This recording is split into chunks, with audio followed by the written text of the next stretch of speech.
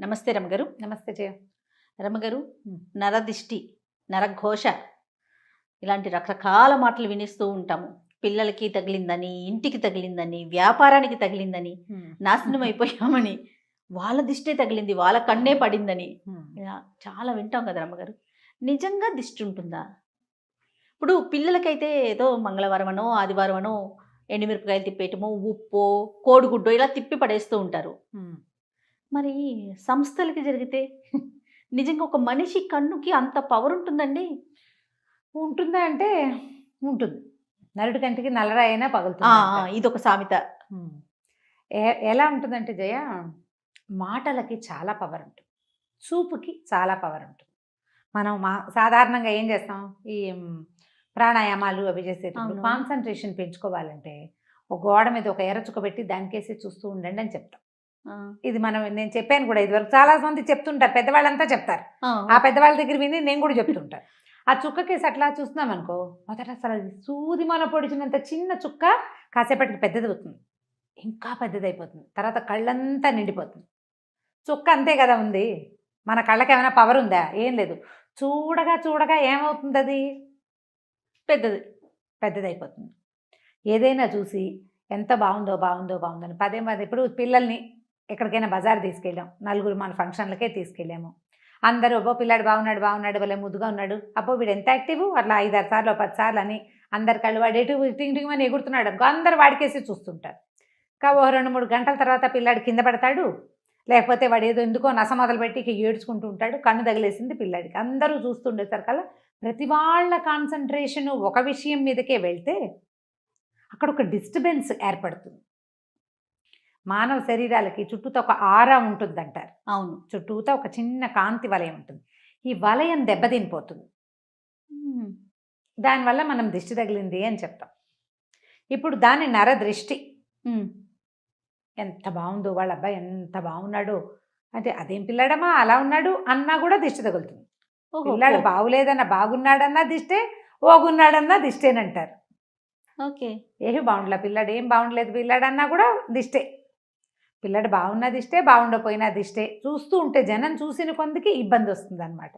అయితే ఇప్పుడు సంస్థలు లేదా వ్యక్తుల గొప్పతనాలకి జనం ఏమిటి ఇప్పుడు, అమ్మో వీళ్ళు ఎంత సంపాదించేస్తున్నారో అని గాను, లేకపోతే ఎంత పేరు వచ్చేసిందో అని కానీ అందరూ దాని గురించే మాట్లాడి ప్రతి వాళ్ళు దాని మీదే దృష్టి కలిగి ఉంటే దాన్ని నరఘోష అంటారు. ఘోష. ఇప్పుడు నోటితోటి ఒక మాట అంటాం కదా జయ, వీళ్ళు ఎంత సంపాదిస్తున్నారో లేదా మంచి సంపాదన వచ్చింది అని అన్న లోపల ఒక మంట ఉంటుంది మనకి. ఒక్కొక్క వ్యక్తిని బట్టి, వాళ్ళ మనస్తత్వాన్ని బట్టి. అవును. వాళ్ళది పాజిటివ్గా చాలా కష్టపడ్డారు, ఇవాళ పైకి వచ్చారు, 10 రూపాయలు తెచ్చుకుంటున్నారు అన్న మాట పైకి అన్నా కూడా లోపల అది ఉంటుందో ఉండదో, ఇంటెన్షన్ వేరేగా ఉంటుంది. లోపల ఉడుకుతోందనుకో, బయటికి వచ్చిన ఈ మాటలలో ఒక రకమైన వైబ్రేషన్ రిలీజ్ అవుతుంది. అదే ఘోషగా పరిణమిస్తుంది. నీకు చూడు, చాలా super couple, super family, super పిల్లాడు, బ్రహ్మాండమైన చదువులు అన్నవాళ్ళు పుసుక్కిన అక్కడ ఏదో అయిపోతుంది. వాళ్ళు కొట్టుకు చచ్చిపోతారు. ఈ పిల్లాడు పరీక్ష రాసి రేపొద్దున ఐఏఎస్ ఇంతే అనుకున్నవాడు యాక్సిడెంట్ అయ్యి అక్కడెక్కడో పడతాడు, లేకపోతే అక్కడికి వెళ్ళాక రాదు. కొంతమందికి ఫెయిల్ అయిపోతారు, లేదా అన్నీ బాగానే ఉంటాయి, అవేం ఫెయిల్ అవ్వవు. వీళ్ళకే ఏదో అనారోగ్యమో, చెప్పుకోలేని ఇబ్బందులు, వీళ్ళ సక్సెస్ అంతా అలాగే ఉంటుంది. కానీ వాళ్ళ జీవిత ప్రయాణం మహావిసగటగా మారిపోతుంది. రోజు ఏదో ఒక చిన్న ప్రాబ్లంతోటే ఉంటుంటారు వాళ్ళు. సక్సెస్ మాత్రం అదే రేట్లో ఉంటుంది. ఈ ఘోష సక్సెస్ని కొట్టలేదు, ఎందుకంటే వాళ్ళ సక్సెస్ జాతక లక్షణాలు గట్టివి, గ్రహాలు చాలా గట్టివి.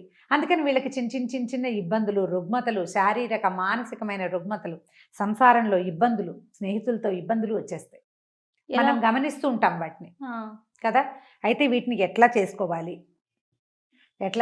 పురాతన కాలం నుంచి వచ్చిన పద్ధతి అయితే ఉప్పుతో దిష్టి తీసుకోవటమే చెప్తారు. ఓకే. ఉప్పు నెగిటివ్ ఎనర్జీని తీసేస్తుంది.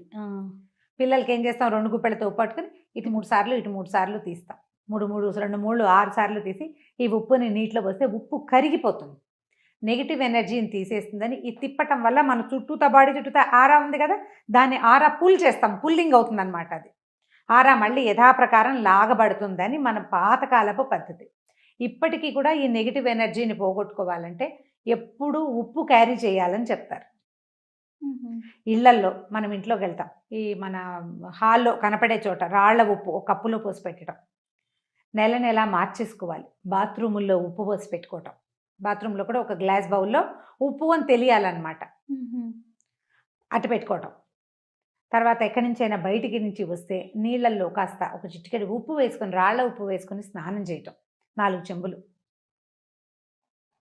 ఇంకా అదే చెయ్యాలి. ఇంట్లో ఉప్పు, నీళ్ళలో ఉప్పేసి ఇల్లు తుడుచుకోవటం. నెగిటివ్ ఎనర్జీ తగ్గుతుంది దీంతో. తర్వాత ఎప్పుడు ఏదైనా ఒక భగవన్నామ స్మరణని అలవాటు చేసుకోవాలి. అప్పుడు ఈ బయట నుంచి వచ్చే వైబ్రేషన్స్ని లోపల నుంచి వస్తున్న వైబ్రేషన్ ఫైట్ చేస్తుంది. సూపర్, బాగుంది కదా, చాలా బాగుందండి. ఏదో ఒక భగవన్నామ స్మరణ మన ఫోన్లోనే ఒక ఏదైనా ఒక శ్లోకమో ఒక స్తోత్రమో రింగ్ టోన్ లాగా పెట్టుకోవడం, సినిమా పాటలు కాకుండా. మన ఫోన్లో అంటే ఇలాంటి పరిస్థితి ఉన్నవాళ్ళు గాయత్రి మంత్రం అని నేను చెప్పను, నేను దాన్ని అందరూ ప్రొనౌన్స్ చేయడం మీద పెద్దగా ఆసక్తి ఉండదు నాకు. సాధారణంగా ఏదో మంత్రం, ఒక భగవత్ సంబంధమైన భజన, ప్రార్థన, అవతల వాళ్ళు మన ఫోన్ రింగ్ చేయగానే ఆ ప్రార్థన వినపడాలి వాళ్ళకి. వాళ్ళలో ఏదైనా నెగిటివ్ ఇంటెన్షన్ ఉన్నా ఈ ప్రార్థన వాళ్ళకి తగ్గించేస్తుంది. బాగుంది. మనకు కూడా మనం ఇప్పుడు వాళ్ళకి అది వినపడుతుంది, మనకు వినపడేందుకు ఒకటి ఉంటుంది కదా రింగ్ టోను, అది కూడా ఏదైనా అయితే ఇప్పుడు ఈ భగవన్నామస్మరణ పెట్టుకున్నాం అనుకోండి, అది మధ్యలో కట్ చేసినట్లు అవుతుంది మనం ఆన్ చేస్తే. అవునవును. అందుకని అది చెయ్యకూడదని చాలామంది భావిస్తారు.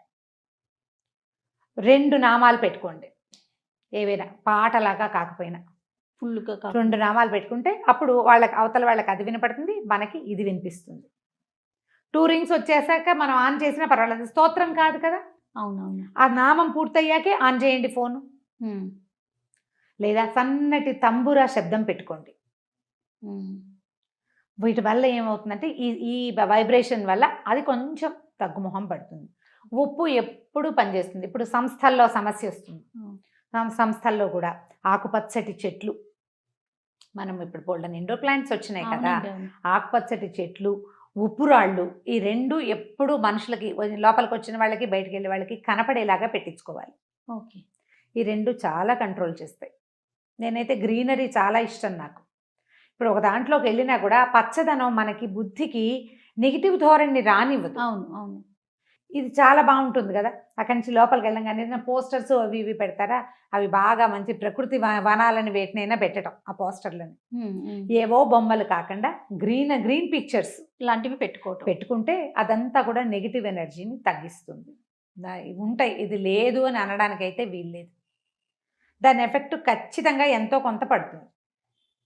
నమ్మం అనుకున్నారు మీరు, మాని నేను నమ్ముతాను, నేను చేస్తా. ఇప్పుడు ఒక గ్లాసులో ఒక కప్పులో ఉప్పు పోసి పెట్టినంత మాత్రాన ఏం నష్టం? అదే కదా. అంతేనా? మన ఇంట్లో 2 ఆకుపచ్చటి చెట్లు పెట్టుకుంటే మనకు లాభమే కానీ నష్టం లేదు కదా, మనకు మంచిదే కదా, గ్రీన్గా కనపడతాయి. అంతే. ఓ రాళ్ల ఉప్పు ఉంటుంది, ఓ వస్తువు అట్లా ఉంటుంది. ఎప్పుడు మనం షోపీసులు పెట్టుకోవట్లా బోల్డ్, ఇది కూడా పెట్టుకుందాము, ఏమైపోతుంది? ఇల్లు క్లీన్ అవుతుంది అనే సంగతి మనకు తెలిసిందే. చీమలు దోమలు కొంచెం తక్కువగా ఉంటాయి, చీమలు రావు పెద్దగా ఉప్పు పెట్టి తుడిస్తే. ఈ నెగిటివ్ ఎనర్జీ ఒకటి తగ్గిపోతుంది. ఇంట్లో ఏదైనా సరే చీకటి మూలల్లో చేరేటువంటి రకరకాల శక్తులు అవన్నీ బయటికి పోతాయి. చేసి చూడండి, ఒకవేళ మీకు ఇలాంటి అనుమానం ఉంటే కనుక చేసి చూడండి. ఇంకా ఏవో కొత్తవి చేయొద్దు, మన పురాతన కాలం నుంచి మన ఇళ్లలో తాతమ్మలు మామలు చేసే పద్ధతే రైట్. ఇంకా పెద్ద పెద్దవి పెట్టద్దు, ఇంత మటుకు చేసుకుందాం, పనిచేస్తుంది బాగా. అది బాగుంది రమ్మ గారు, టిప్స్ మాత్రం చాలా బాగున్నాయి. అన్నిటికన్నా ఏదన్నా భగవన్ నామస్మరణ అన్నారు చూడండి, అద్భుతం. అది మనకి మనం చేసుకోవటం అంతే.